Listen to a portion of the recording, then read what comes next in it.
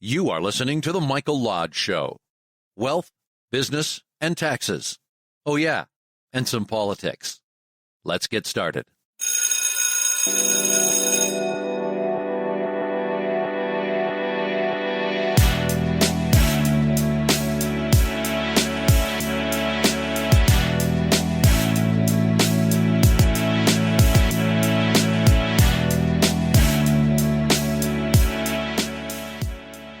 Here we are again. It's a beautiful day, isn't it? I'm having a good day. At least it started out that way. So far, it's early in the morning. Nothing has happened yet. No phone calls, no emails. Everything's just right where I want it. But, as in everything, there's always a topic that we need to talk about. Discussion that we need to have, a conversation that leads us to understand things just a little bit better. So I hope you have your cup of coffee, hot tea, cold tea. Hope you've had your breakfast. I don't want to hear any stomach growlings, because mine is. But let's talk just a little bit about politics and the economy, and how the economy is going to, and I believe this with all my heart, is going to slow down. And the reason why it's going to slow down is because, as I've said so many times before, is that the President of the United States has no economic plan to create jobs. He doesn't know how to create jobs. His people in his government does not know how to create jobs. So what are they doing? They are really stacking the deck against failure. And it will lead to failure on what they are currently doing in talking about raising the $15 minimum wage, of raising taxes, of what they have declared as individuals who are wealthy. Remember what I said the other day?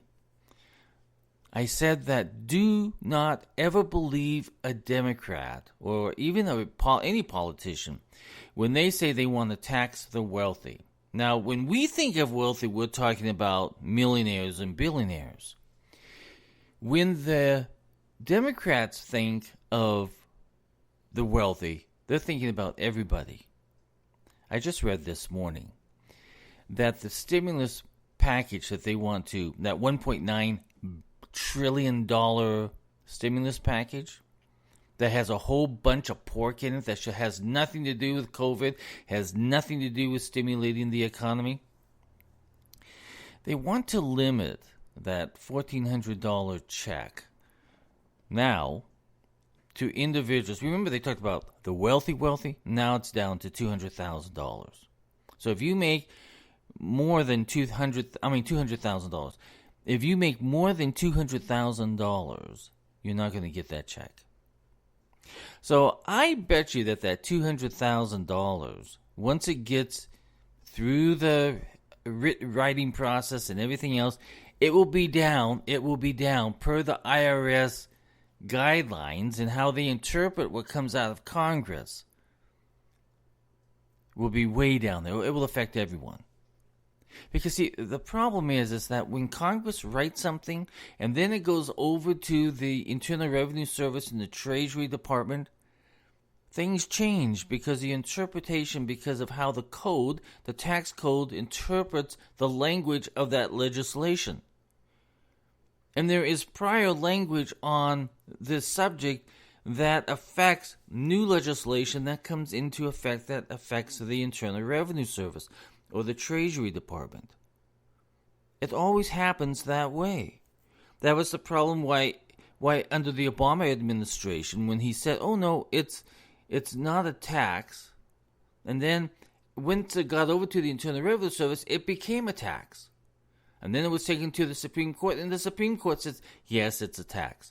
So the problem with the legislation that comes out of Congress, you have to watch it very carefully, because what they say and what actually comes out is usually caca at the end, okay? It's like they're all sitting there in Congress pooping out this stuff, and when it comes out in big mounds of nonsense, because it's nothing of what they said it was going to do. A good example is on the PPP loans. When legislation was written, the senators and the members of Congress had thought in their minds that businesses would not have to pay that back. It would not be taxable, in other words. But when it came out of legislation and went over to the Internal Revenue Service, the way that it came out into the IRS guidelines is that PPP loan and what you paid your salary with, you kept paying your salaries to your employees, right? Those employee expenses or payroll is not deductible. So that's how it came out. So I want you to realize that once it's in Congress and once it gets to the Internal Revenue Service and what gets down to us is far different than what was promised us every single damn time. So that's why I always say, you never believe what Congress says. And you never believe the promises that they're making. Because when they say we're going to tax the wealthy, no, it's not going to tax the wealthy. It's going to attack us tax-wise, every single American in the United States. So don't believe this nonsense because it's a bunch of bull and it's a bunch of lies. Because they can never be honest with the American people. They're always trying to disguise what they're trying to do. Now, on this $1.9 trillion thing, whoever votes for this needs to be voted out of Congress. Because inside that bill is so much destructive stuff, so much nonsense that has nothing to do with COVID or helping small businesses. It has a whole bunch of other different things in there. That $1.9 trillion thing is a bunch of caca. And I'm telling you that if anybody votes for that, 1.9 trillion, think about the number, 1.9 trillion. We already have another trillion sitting there in the PPP loan status that has not been used and has not been touched. So now we have almost 4 trillion in stimulus packages, and where do we see the economy at the moment? Well, we're seeing some hesitation from businesses because they're not quite sure what's going to come down the road from the Biden administration. We don't know. We're in limbo. We're on pause. We're pushing that pause button. I read an article the other day that said that businesses are really having a difficult time trying to choose to hire or not to hire because they're not quite sure exactly what's going to happen. Are payroll taxes going to go up? Is taxes for corporations or businesses going to go up? Is the $15 minimum wage going to be enacted? And by the way, in this 1.9 trillion, it's in there, stuck in there somewhere. Be very careful. In fact, you guys should be calling your congressman right now saying, don't vote for this 1.9 trillion because as an American, I don't know what's in it. And you had better tell me, by the way. Congressman, you had better tell me personally what's in this bill. Every single line item, what's in that bill. Because you're going to find that there's money for abortions, there's money for this and that, but nothing to help the American businessman. Which, by the way, American business isn't asking for help. They're just saying, let us open our business so we can get back to work. What Congress should be sending a message to these states who are still under this lockdown stage is open up your economies. Let the businesses open up. Let the restaurants open up. Let the small tax firm open up. Do something so that the economy is generating business. That's why I hate Congress and I hate Wall Street. They have such short-minded views of things. And they don't look at what they're doing to the economy. They only look at it short term. They don't look at it long term. The debt on that $1.9 trillion. That's debt. They're going to have to borrow that $1.9 trillion. And they're concerned about that. That's why they're talking about raising taxes. So how in a pandemic, in an economy that is stalled at the moment, don't listen to Wall Street. They say, oh, the economy is booming. No, it's not booming. We are stalled. We are on pause because we don't know what's coming down the line. I'm not looking at making any major purchases. Other businesses are not looking at spending money on equipment, new equipment. No, they're just going to piece it together and keep it running because we don't know what the costs are coming from government. You see, government participates in a down economy. And that's what Biden is doing. He's axed jobs out of the oil industry. By the way, that 11,000 jobs, there's more on top of that because there are companies that support that pipeline. Not just the people who's working on the pipeline, but the people who are supporting the steel and the materials, the bolts and everything else and that has to do with the truck drivers, everything. So that 11,000 is much bigger. It's in the millions.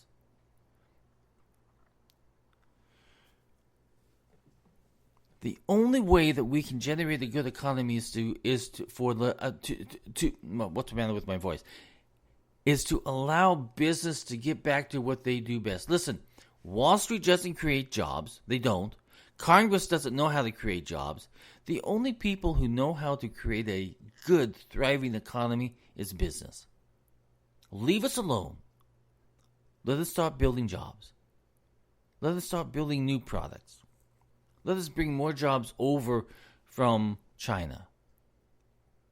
Let us do our job and we will stimulate this economy so well that you won't know what hit you.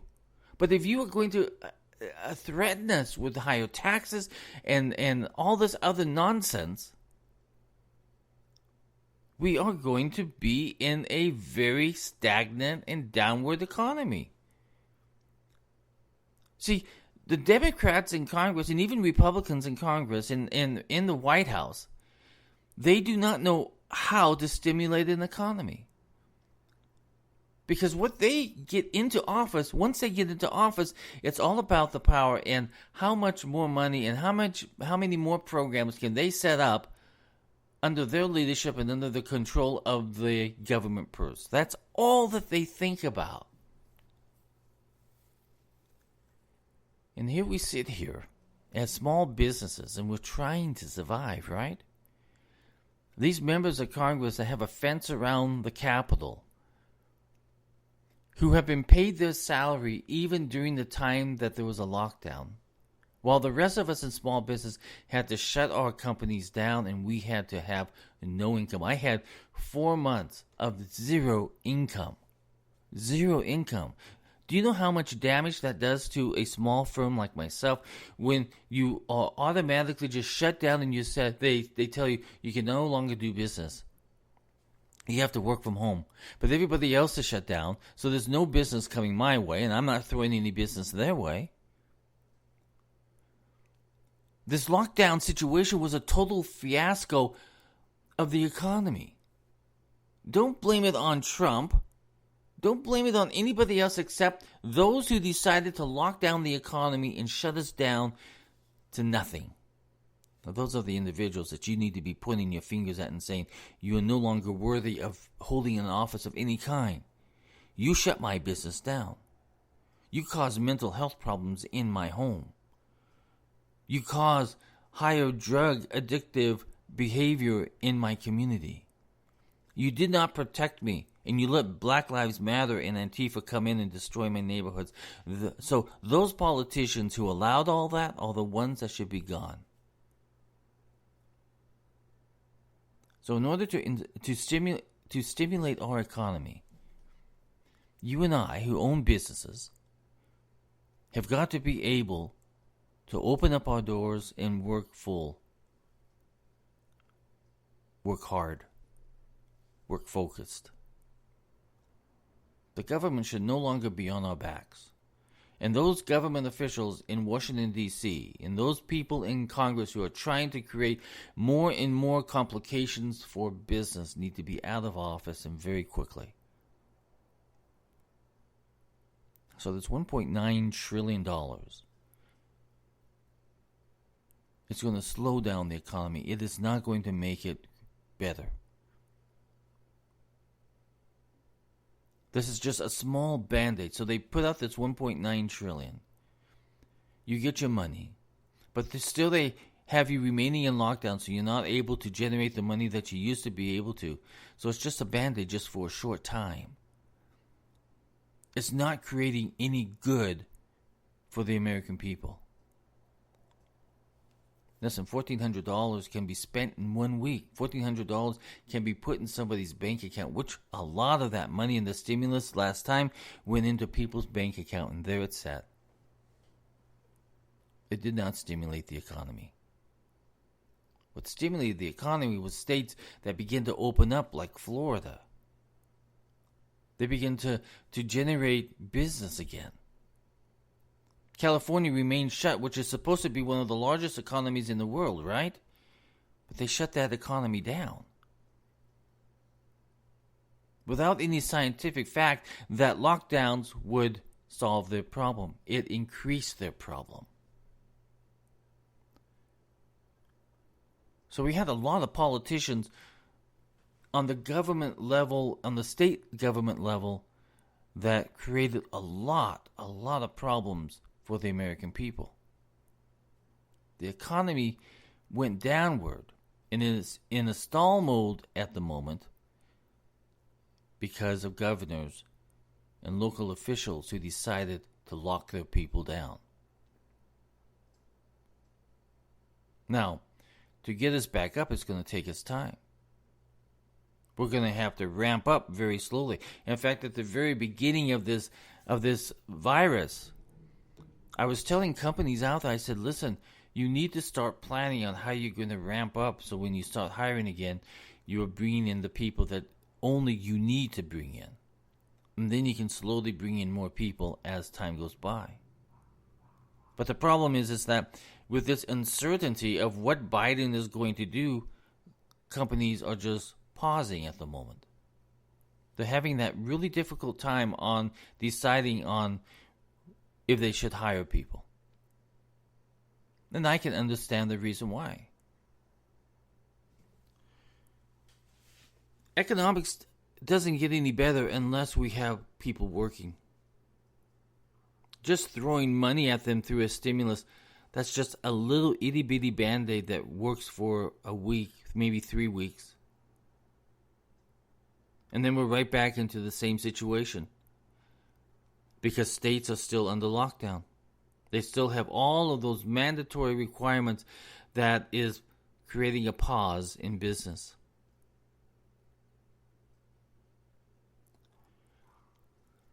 I want to talk about one other thing, and that is this $15 wage increase that they want. Democrats are trying to push this through. And let me tell you why, and I've explained it in several different other podcasts, but let me just explain it again and again and again, because I really want you to understand. I know that you want the $15 minimum wage. I know a lot of you do. You think that is great. You think people should be paid a good wage. Now that $15, it should be understood that in some states, that's a big jump. That's really a big jump. Going from $8 to all of a sudden to $15. There is lower cost economies out there in some of these states where that $15 is not really justified. Now let's talk about the $15 in a bigger view. So you say $15, it's a great number, right? $15 an hour. When I was in school, I was at $1.25 an hour. I was working in a factory, making furniture, trying to pay for my schooling. And this is a private high school. I worked half a day in a furniture factory, and then half a day went to school. Half a day in the furniture factory, half a day to school. I made $1.25 an hour. And all that money that I earned went to the school to pay for my education. $1.25. Now we are at the subject of the $15 an hour raise that they want to give people on the federal level. You take that $15.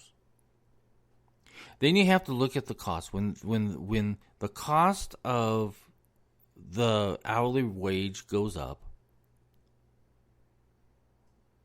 or the hourly rate, I should say, so does the workman compensation, which is a very expensive thing to have. Workers' compensation is a very expensive product. Then you have higher employment taxes. Then you have, in some states, you have state disability taxes. That goes up. So once you add in all these other things, that $15 then becomes $18. Workers' compensation is based upon the amount of money that you make. I believe it's like, I'll tell you exactly what it is. When I had my staffing company, we had nurses making, $35, $45, $75 an hour, some of them. So based on every $100 that they earned, they had to pay $8 into workers' compensation. $8. For every $100 earned, we had to pay $8 for workers' compensation in the state of California. Now, in some other states, for the classification of like restaurant workers and stuff, that might be $1 something per every $100 that they earn. Well, so if they've worked 8 hours and they've made $400 or $200 maybe, so then you've got a rate on top of that. So the $15 plus another $1.25 or $3, depending on what their skill level is, plus a higher employment taxes and the state taxes. By the time you're done, that 15 is up to $18. It's no longer 15, it's 18. So how can you expect a small company in North Dakota sitting there paying his accountants, and you want to go up to $15 an hour on the entry-level staff? That is a big expense to go from $8 an hour up to $15 an hour and then up to $18 because of all the other added expenses.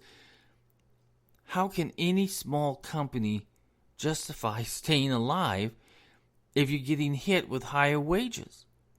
Wages are the most expensive expense in any business. That's why anytime that the company is trying to survive, what do? They start cutting back on personnel because it's the highest expense. So we're at this point where the government is trying to push this federally mandated hourly wage to go up, which is then an attack on small businesses of trying to survive because of that added expense. Now, if they do survive and they have that added expense, who do you think is going to pay that? You, the consumer. So your expenses go up. The business expenses go up. Your personal buying expenses go up. Everything goes up. So what does that lead? Well, that leads to inflation. So the Biden economic plan stinks so badly that I'm telling you, I can't even put it out in the cow pasture because the cows run from it. It smells so badly. So the issue that we have is that unless government doesn't stay out of our businesses and let us get back to work, let us get back at producing jobs, let us get back to improving the economy. Wall Street and Democrats do not know how to build an economy. Only small business does. Only business does. Only you and I. You and I who have to sign that paycheck every single week.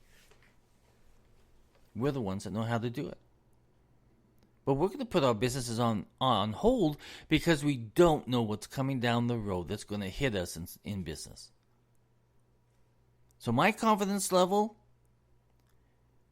it's minimum. Because I see a government out of control.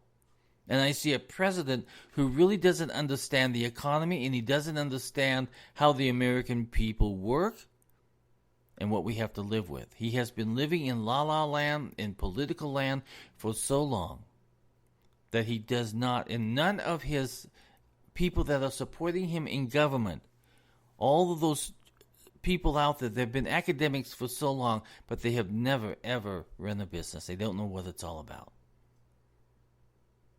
So they think, well, let's raise the minimum wage, but they don't take into consideration everything else that is attached to that minimum wage. So I'm sorry, you guys. This $1.9 trillion is a temporary band-aid that is not going to do much good. We all like to get free money, but the problem is this is not free money because you and I have to pay it back through our taxes. So it's no longer free. So if our taxes go up, remember that you're paying back that $1,500 that you're getting. Or the $1,200 that you got before. You're going to pay that back. And you're going to pay it back with higher taxes. Because that's the only way that they can pay for it. So expect a big tax bill. Expect inflation. And expect a slower economy. Because the Biden economic plan is so stinky, so disgusting, that it harms everybody in the United States. Not just any one individual. It's going to hurt people.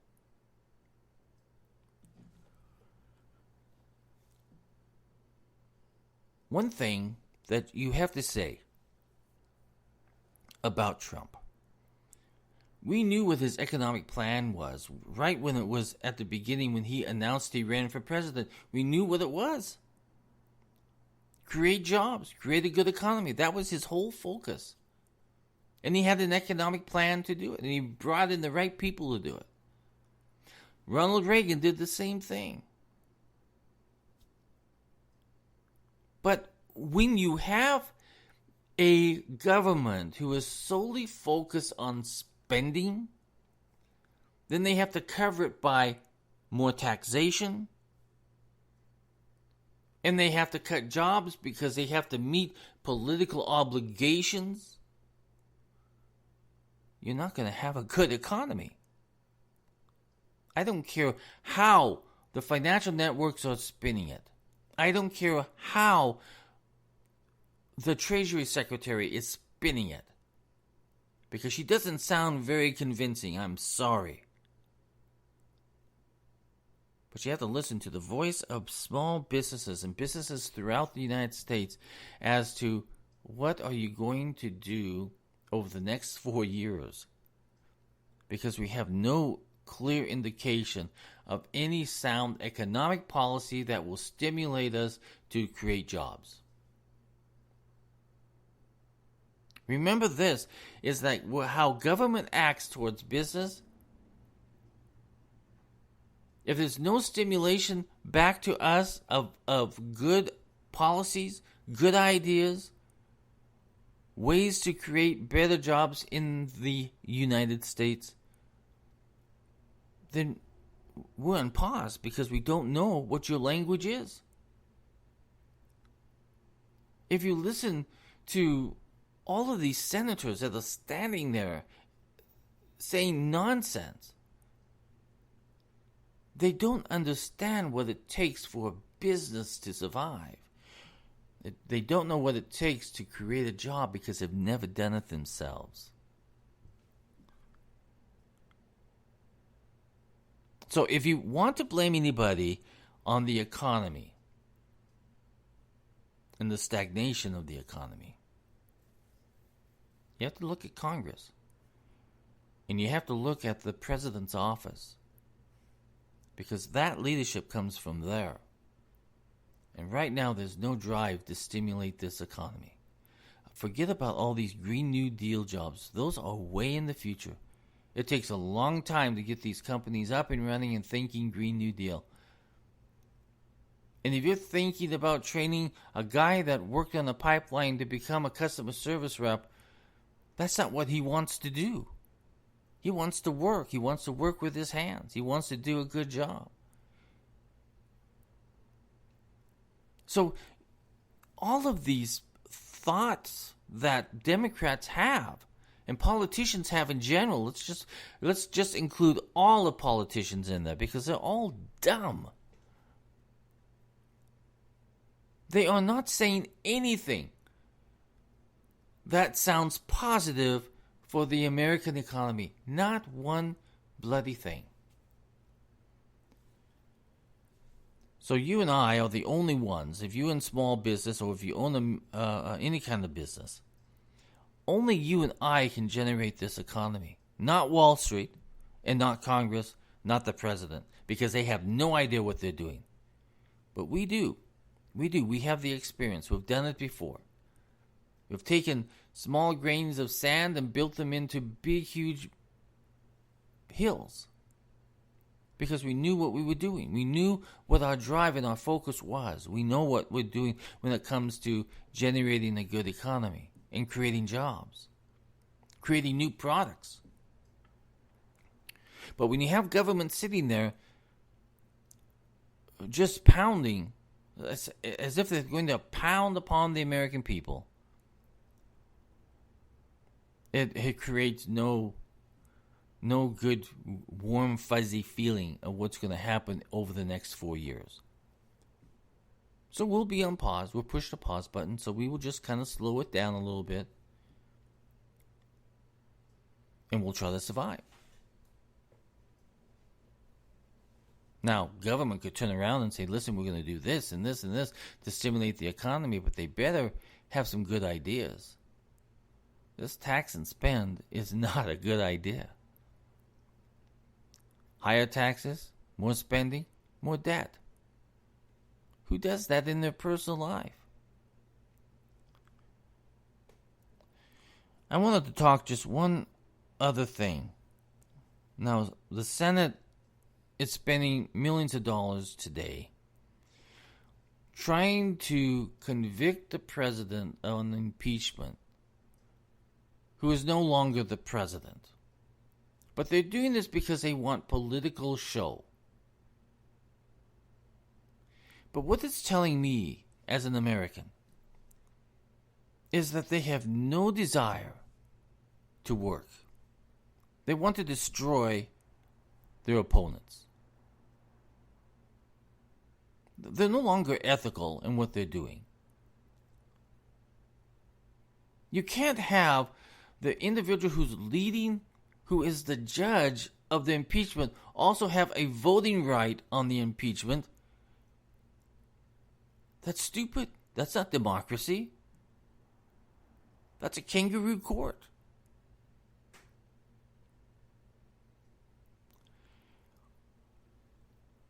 So when I look at this and when I hear what they are saying, it's just more of the first impeachment, where there was nothing to prove anything.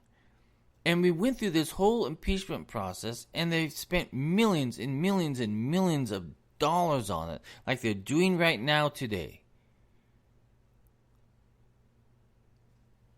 They're wasting the taxpayers' money. What needs to happen in this country? A lot. What can they do to help stimulate this economy? A lot. What can they do about health care? A lot. What can they do about the infrastructure of this country? A lot. They can do a lot. What can they do about terrorism and border controls? And, we have such a long list of things that they could be working on, but they're not. Once again, we see them standing there, pounding on their chests, saying nothing but nonsense, wasting the taxpayer money. So you wonder why the economy cannot grow, because we see a Congress wasting our very own tax money. Because they are such filled with political hate that they have to do damage to everybody around them that do not agree with them. But when it comes to the economy, they're going to attack that too. Higher taxes, higher minimum wage, stimulus of 1.9, more debt. And it goes on and on. What in the hell are we doing when we have these politicians doing this with our tax money? That's enough from me today.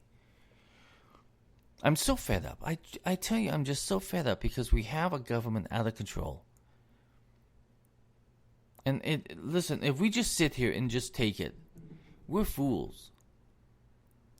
We need to stand up and say something. We need to do something. We need to tell these politicians, either you do what we say or you're out of office. That's in 2022. It's coming up here very quickly. Tomorrow on my podcast, I'm going to give you a list of senators who are up for re-election in 2022. These are the individuals that need to go because they have caused too much damage to this nation by division and by creating so much of a hate in Congress that it's time for them to go. So tomorrow I'm going to have that list. So get your pens and pencils out because I'm going to tell you who's on that list. Because tomorrow we're going to make a decision that these individuals are gone. So get your pen and pencils ready. Because we as Americans are going to take back this country. We've got to. Listen, if you want to send me a text, if you want to send me a question or a comment, and it can be on business, on any topic of business, I love it. Send it to my text at 818-252-5682. Again, that's 818-252-5682.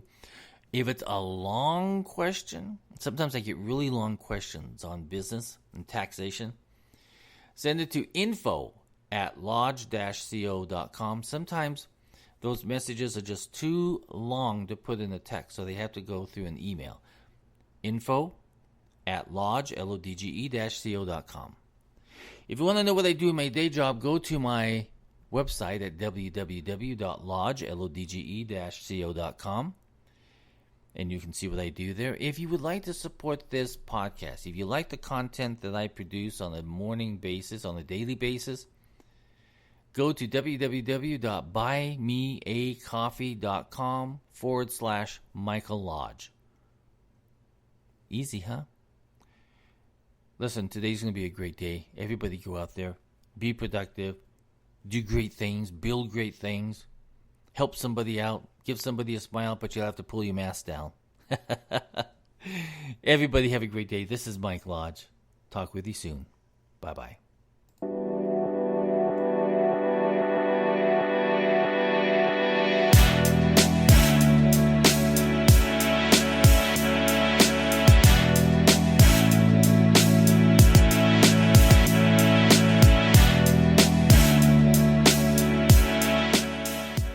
This podcast is produced by Michael Lodge, fully focused on content.